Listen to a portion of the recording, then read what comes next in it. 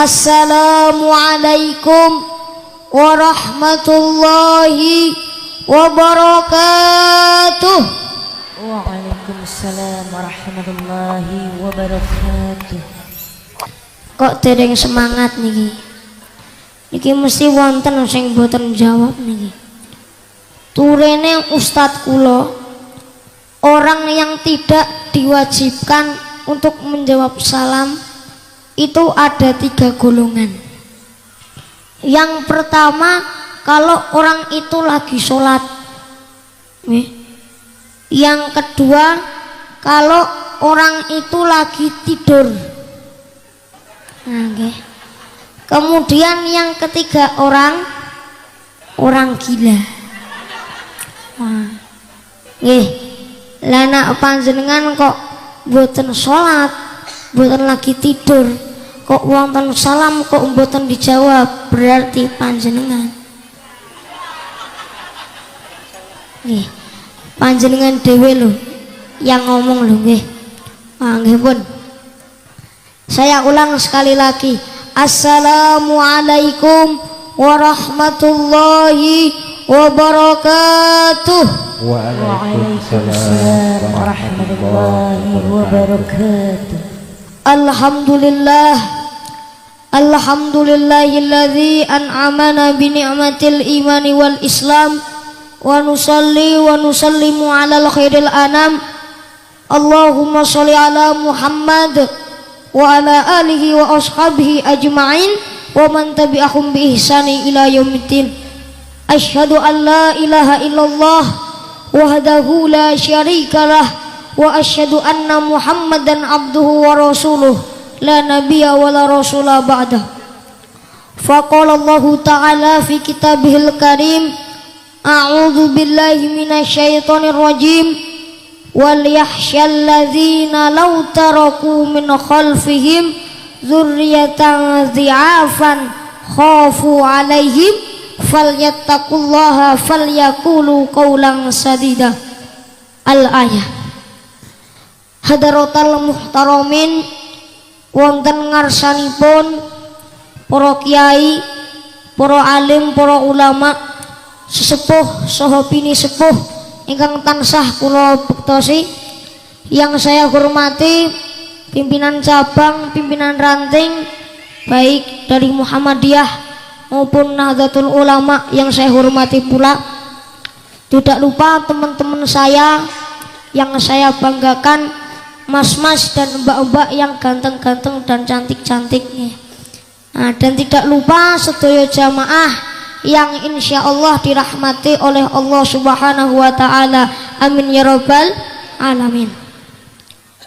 Yang pertama, marilah kita panjatkan puji dan syukur kehadirat Allah Subhanahu wa ta'ala kanthi ucapan biqaulina alhamdulillahi rabbil alamin, yang telah memberikan kenikmatannya tanpa pandang bulu. Dari tukang sate sampai Pak RT, dari penjual kue sampai Pak RW, dari pengut sampah sampai Pak Lurah, dari penjual tomat sampai Pak Camat, dari tukang patri sampai Pak Bupati, dari penjual bubur sampai Pak Gubernur, dari tingkat pengamen sampai tingkat presiden, semuanya diberikan kenikmatan oleh Allah Subhanahu wa ta'ala. Yang kedua, sholawat serta salam semoga senantiasa tercurah kepada Nabiyana wa Habibana Muhammad sallallahu alaihi wasallam. Ma'asyiral kaum muslimin rahimakumullah. Syukur alhamdulillah, untuk yang kedua kalinya saya masih dipertemukan oleh panjenengan semuanya bisa bersilaturahim kembali. Kira-kira terakhir niku tahun kapan niku nggih? 2 tahun yang lalu nggih.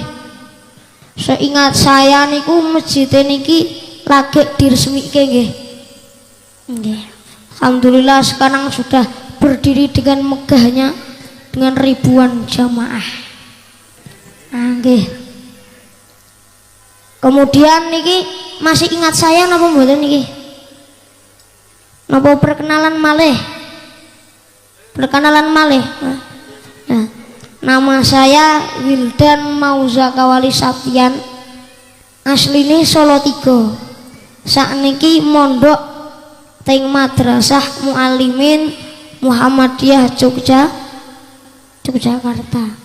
Nah, di sini saya ditemani oleh 2 kakak kelas saya. Nah, niki Kak Nabil kali Kak Dava. Nah, kemarin saya kesini sekitar jam 4:30 berangkat dari Jogja, sampai sini sampai jam 9 lebih, hampir jam 10. Kemarin malam. Kemudian tidur di atas. Nah, tidur di atas mriko nggih. Nggih.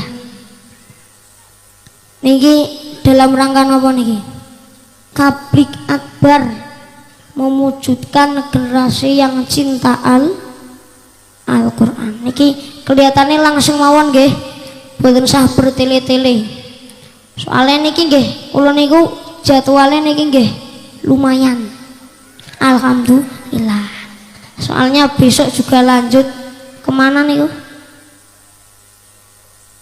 Nggih, teng Silomerto. Masih ada jadwal lagi besok. Makanya ini ya. Tapi masih besok, jadinya masih agak slow niki nggih. Nggih, langsung mawon. Nggih, mewujudkan generasi yang cinta Al-Qur'an.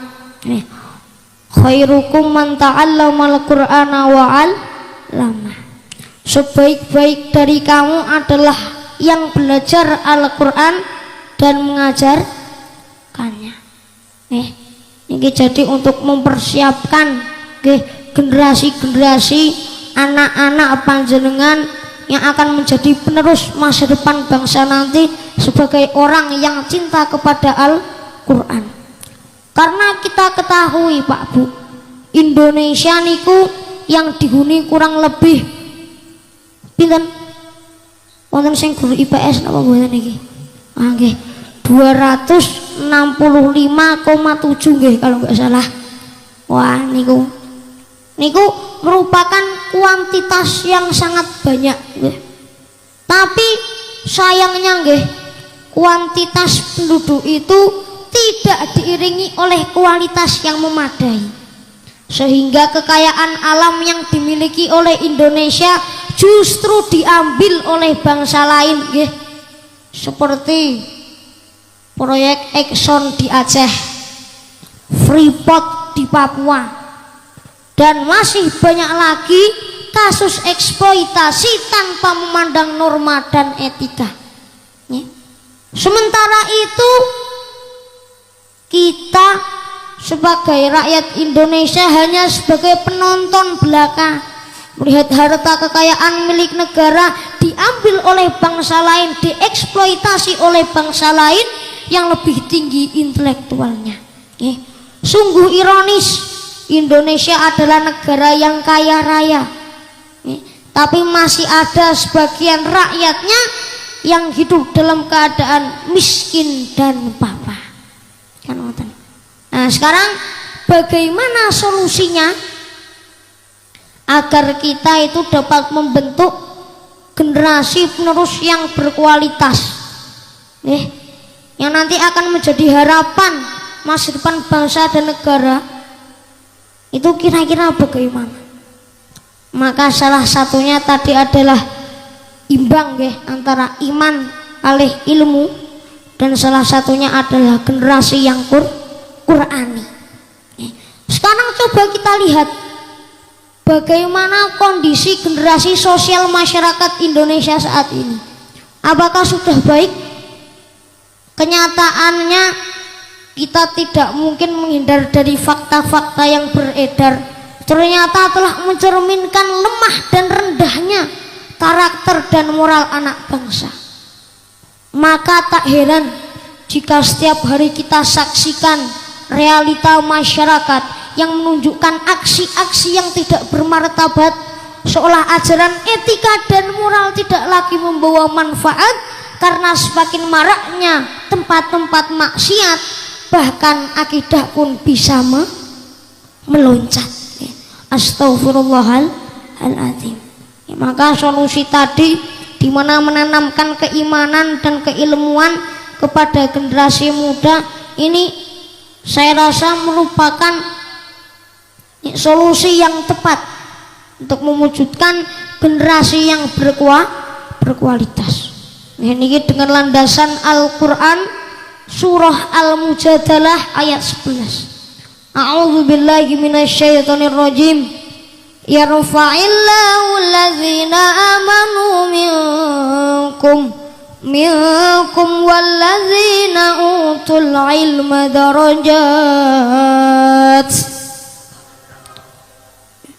Niscaya Allah akan meninggikan derajat orang-orang yang beriman di antaramu dan orang-orang yang diberi ilmu pengetahuan beberapa derajat. Nggih, niki iman dan ilmu niki merupakan satu hal yang tak terpisahkan.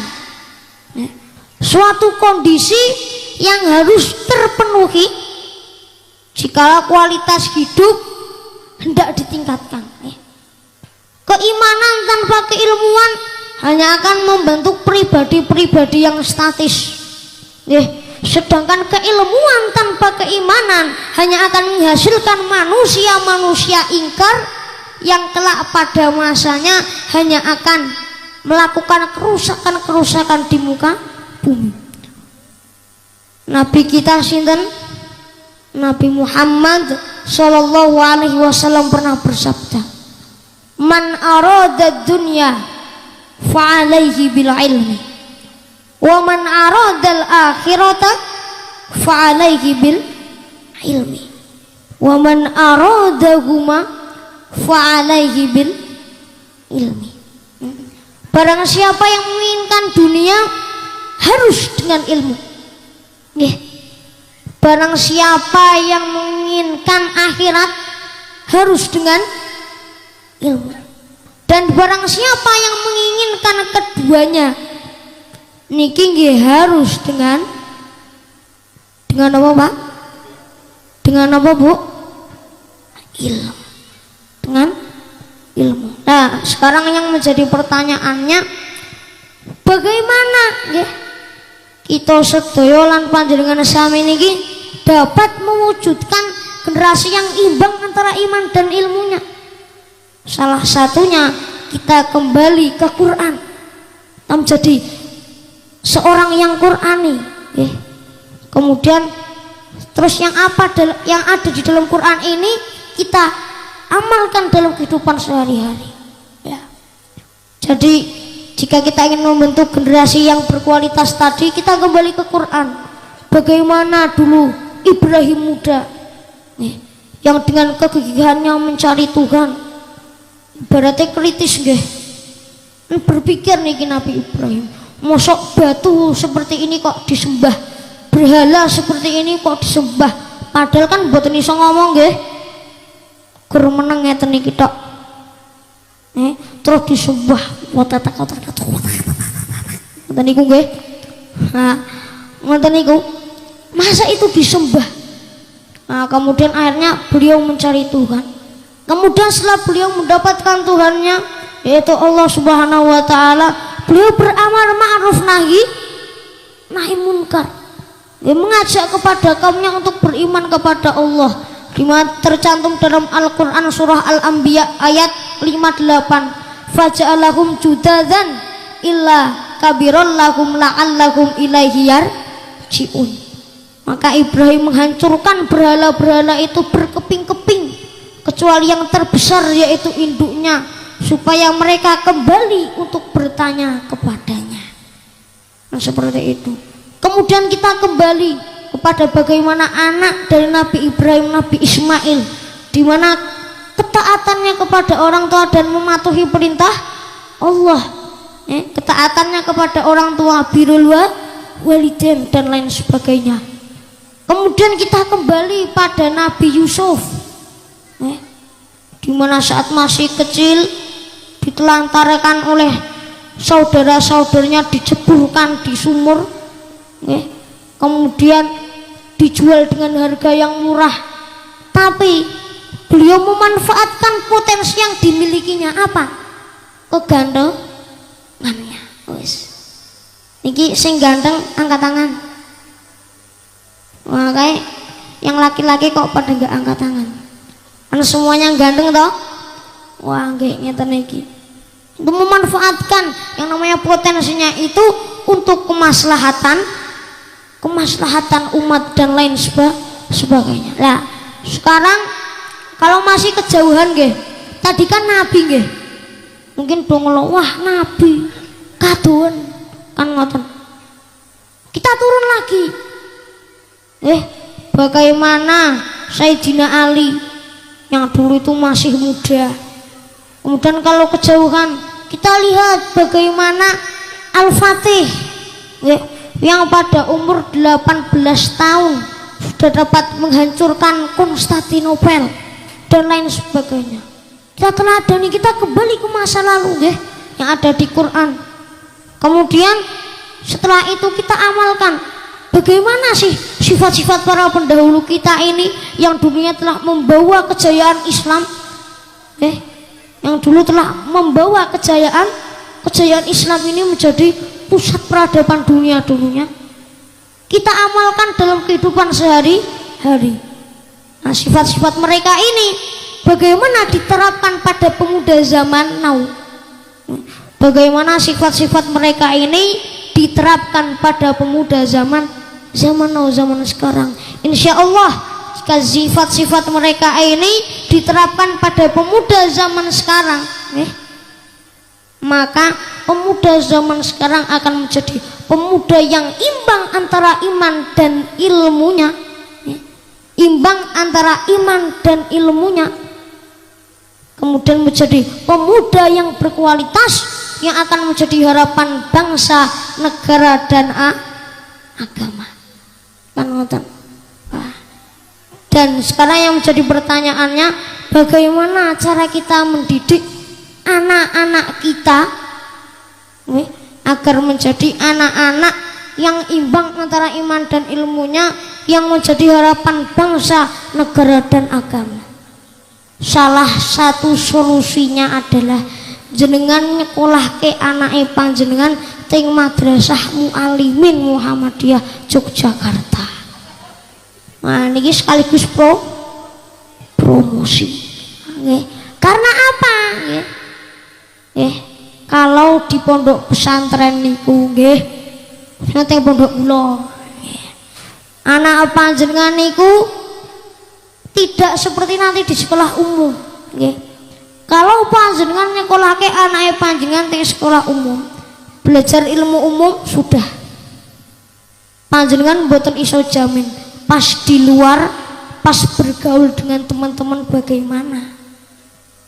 Kira-kira pas maghrib do ngaji apa ndok delok TV? Nggih.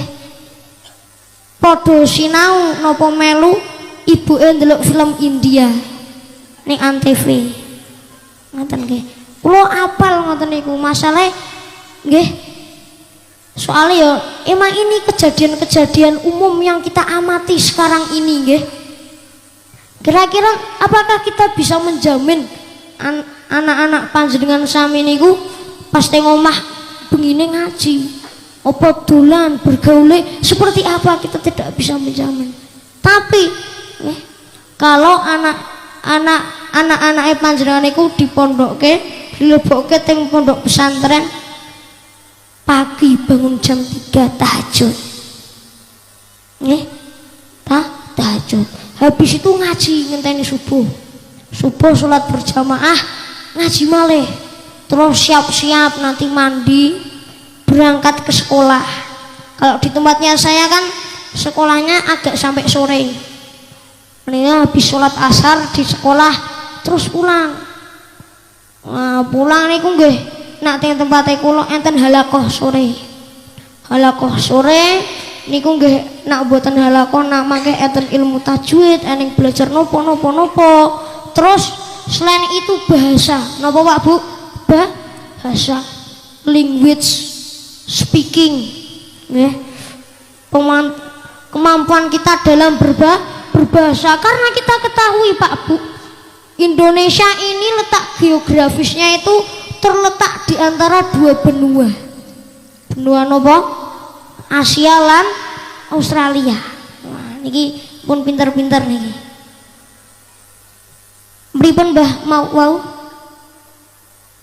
benua Asia lan Australia. Kemudian terletak di antara dua samudra. Samudra nopo?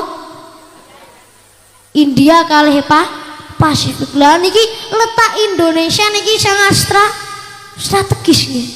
Sangat strategis. Nah terus besok ketika tahun 2020 ke atas, ketika perdagangan dunia ini pecah, maka nanti kan dari barat sana memiliki kan mesti melewati yang namanya itu Indonesia. Lah niku kan nggih pakai bahasane bahasa asing nggih. Nah mangke anak-anak panjenengan sami generasi penerus tidak bisa berbahasa. Ya nanti bangsa Indonesia akan semakin tertinggal. Nah, maka harus yang namanya ada bahasa. Nah, kemudian selain itu habis maghrib nanti maghrib yuk ngaji. Terus habis maghrib terus nanti makan seumpama. Terus nanti ada belajar malam. Nah, jadi belajarnya juga terjamin. Jadi nanti ilmu dunianya didapat, kemudian ilmu yang ada di akhirat yaitu ilmu agama itu juga didapat. Jadi semuanya akan didapatkan kan ngoten. Nggih niki sakderenge kula lanjut kula tak minum rumiyin nggih. Ngelak nggih. Nah niki saya masih sama seperti yang dulu, bawa minum sendiri. Teringat 2 tahun yang lalu. Tapi karena ini dicepaki, karena niki dicepaki pekewuh nak boten diminum nggih. Wah makanya saya minum sing dicepaki niki nggih. Sing pundi niki? Aku mawon. Ngoten nggih, sedap tak minum. Duduk nih.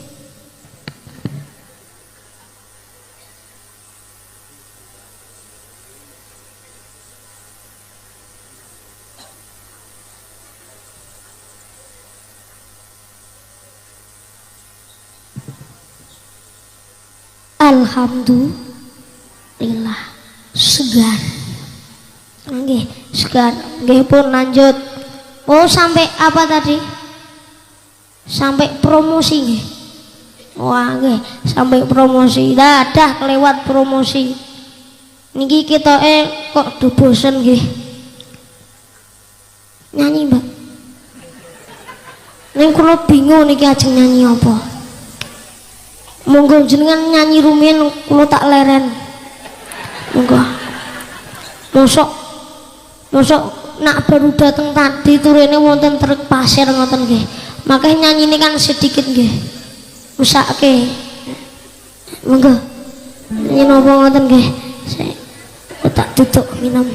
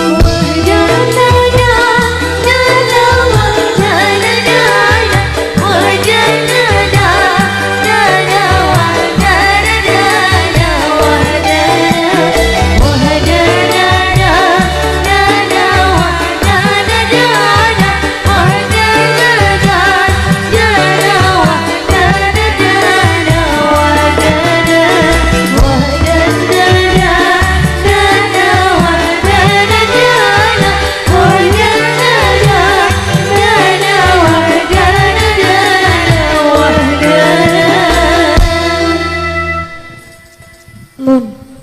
Nggih pun. Wah niki jamaah bapak-bapak ibu-ibu ting pundi niki? Ngepoh. Terus naik Manggis. Terus naik malih Leksono. Nggih. Kula niki sing penasaran Manggis. Dari dulu pas 2 tahun yang lalu niki namine nggih tetep Manggis. Tapi pertanyaannya buahnya salah.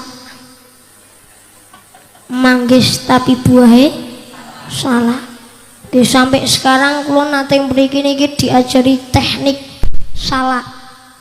Cerot ngeten. Dimripun nggih? Dipetek ngeten nggih. Krek ngoten. Kula sampai sekarang mboten saged. Ngoten niku nggih. Wah. Nggih lanjut.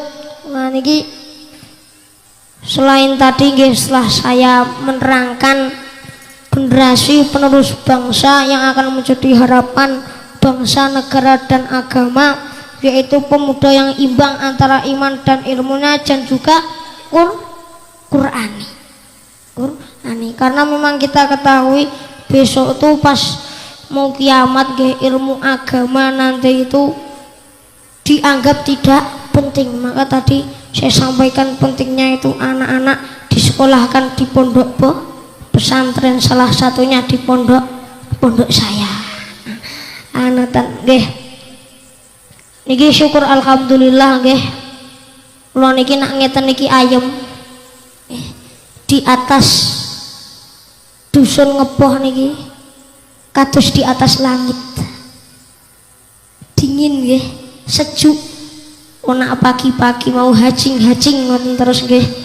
Karena dingin nggih. Selain itu yang juga menyejukkan kita semua di sini, di mana di sini semua jamaah bersatu, nih, tidak membeda-bedakan apa-apa, nih, entah di mana kita ketahui di Indonesia ini berbagai banyak suku, berbagai banyak napa niku adat istiadat, banyak juga agama. Kula sing buat ayem niki nggih niki antara NU dan Muhammadiyah semuanya pada bersatu. Karena pada akhir-akhir ini tahun-tahun ini niku merupakan tahun politik. Tahun krusial.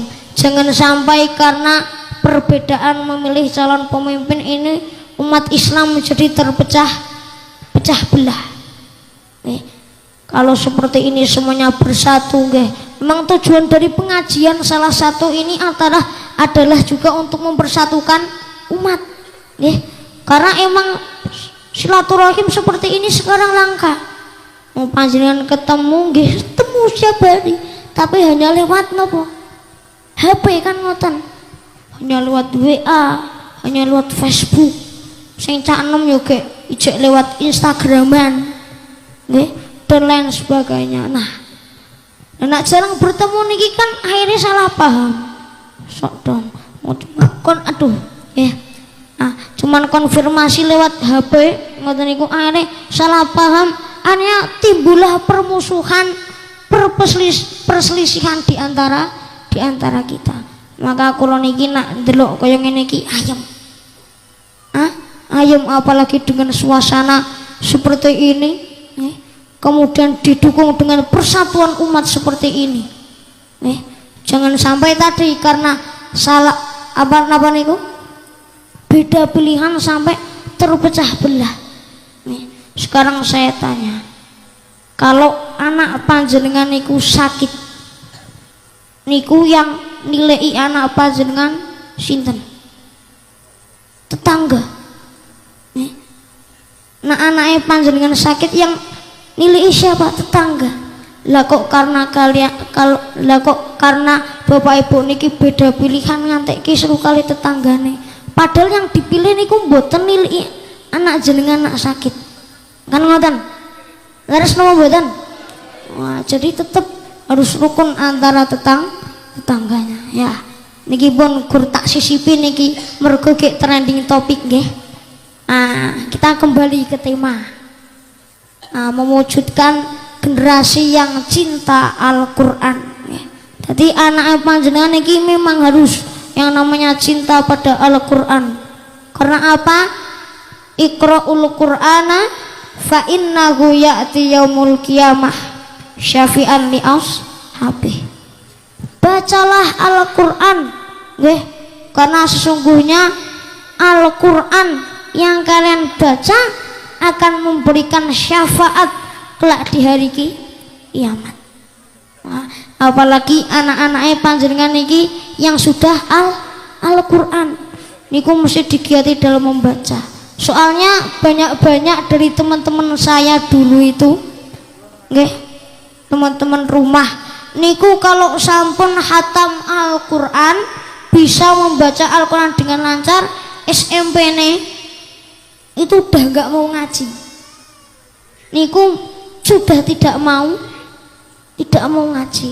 Padahal akan saya tekankan ini, dapat membaca Al-Qur'an nggih niku merupakan kunci untuk kita mempelajari Al-Qur'an. Napa Pak Bu? Dapat membaca Al-Qur'an niku merupakan kunci untuk kita dapat mempelajari Al-Qur'an. Wah, nggih. Di mana tadi saya sebutkan dalam hadis, khairukum man ta'allamal Qur'ana wa 'allamah, sebaik-baik kamu adalah yang belajar Al-Qur'an dan mengajarkannya, kan begitu. Lah terus jadi yang tadi dikatakan orang yang terbaik itu adalah juga yang mempelajari. Jadi tidak sekedar membaca tapi juga dipelajari. Jadi Pak Bu, menjadi apapun itu baik, tapi lebih baik menjadi seseorang yang selalu belajar Al-Qur'an. Menjadi Pak RT itu baik, tapi lebih baik menjadi seorang RT yang selalu belajar dan mengajarkan Al-Qur'an. Menjadi RW itu baik, tapi lebih baik menjadi RW yang selalu belajar dan mengajarkan Al-Qur'an. Dengan jadi pejabat dari tingkat RT sampai tingkat presiden, semuanya itu baik, tapi lebih baik menjadi seorang yang belajar dan mengajarkan Al-Qur'an. Dengan menjadi guru, menjadi pedagang, itu semuanya baik. Jika Anda juga belajar dan mengajarkan Al-Qur'an kan ngoten. Pak Bu, jam pinten niki? 11:30. Oh nggih. Luhur jam pinten Pak Bu? Jam pinten? Jam pinten 11:30. Nah, kinten-kinten niki sampun memasuki waktu zuhur. Ya, niki tak lanjutke sebentar lagi nggih. Niki nggih, tadi harus menciptakan generasi yang cinta Al-Qur'an. Nah, apalagi kalau sudah lancar membaca Al-Qur'an, nanti dilanjutkan dengan menghafal Al-Qur'an. Kalih teng asrama kula niku asrama 6, asrama tahfidz. Contohnya kakak kelas saya ini yang mendampingi Kak Nabil niki sampun hafiz. Nah, sampun hafiz.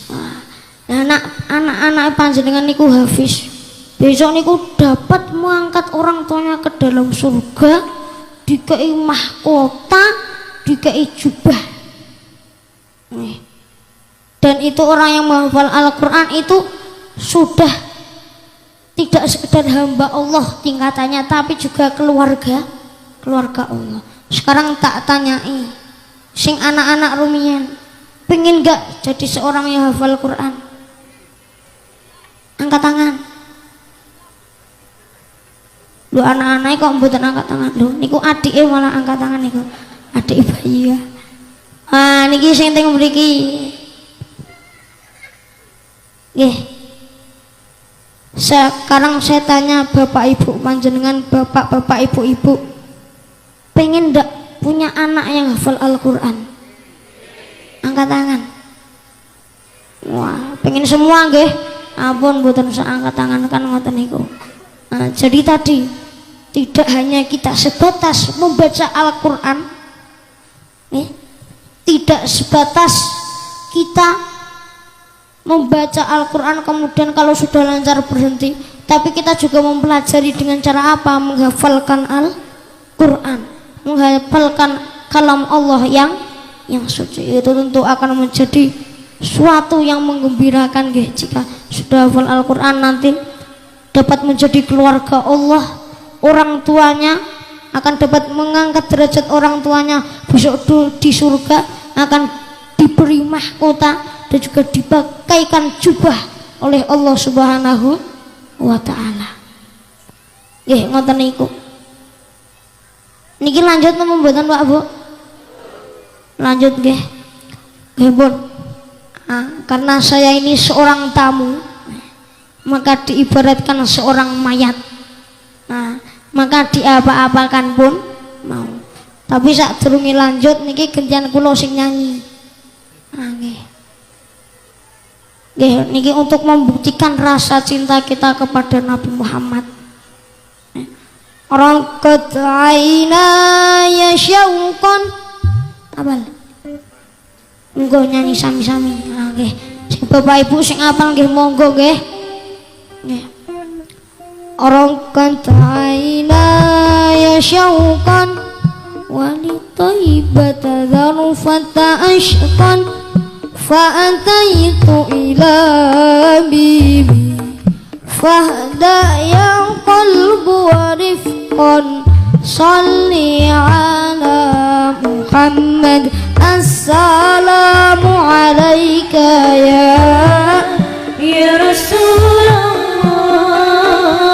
assalamu alayka ya Habibullah assalamu alayka ya Rasulullah assalamu alayka ya habibi ya Habibullah ya Rasulullah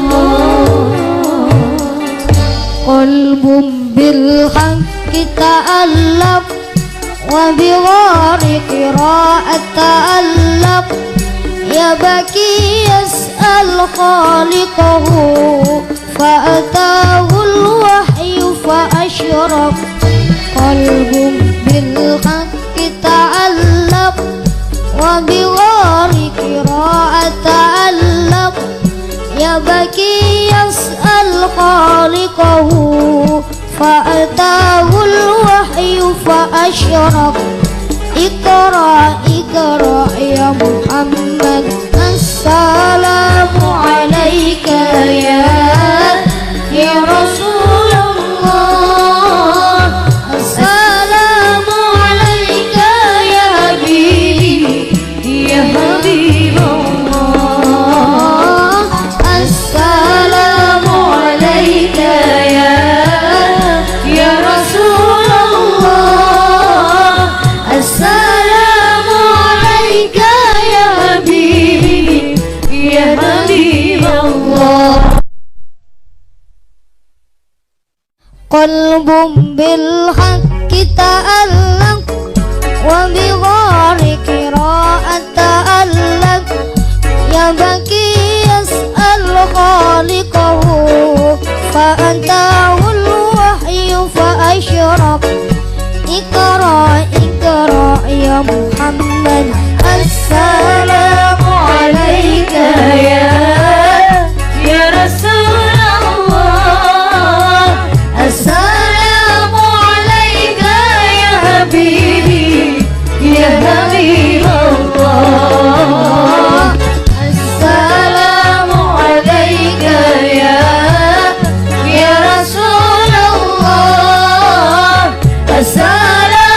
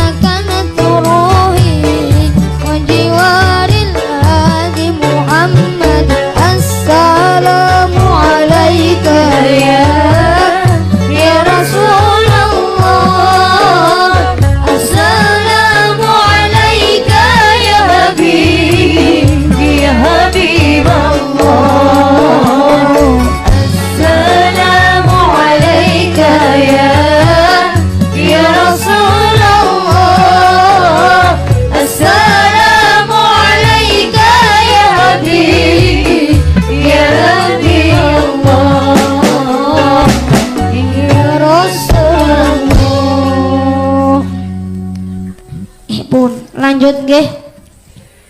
Sampai apa tadi? Sampai apa tadi? Nah, yang cinta Al-Quran tadi habis bahas penghafal Al-Quran Nah, selain itu, selain kita membaca Al-Quran, kita pelajari dengan menghafal, kemudian seterusnya adalah kita berikan sikap akhlak sebagai seorang yang cinta kepada Al-Quran. Kira-kira akhlaknya seperti apa? Kira-kira sikap kepada orang tua seperti apa? Kira-kira tutur kata kita kepada orang yang lebih tua bagaimana?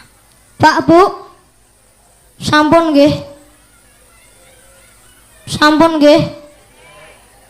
Kok dereng? Makin nak dereng puas makin undang malih kan ngoten. Wah, ngoten nggih. Soalnya niki sampun mepet zuhur. Terus itu udah ada yang pulang lho. Wah. Mpun nggih. Nggih pesan saya terakhir nggih. Mugi-mugi anak-anake panjenengan menjadi seorang anak yang ahlul Quran, yang cinta kepada Al-Quran, yang imbang antara iman dan ilmunya, yang menjadi harapan bangsa, negara dan agama di masa yang akan datang nanti. Sekian yang dapat saya sampaikan. Jika terdapat salah dan khilaf mohon dimaafkan. Nun wal qalami wa ma yasturun. Wassalamualaikum warahmatullahi wabarakatuh.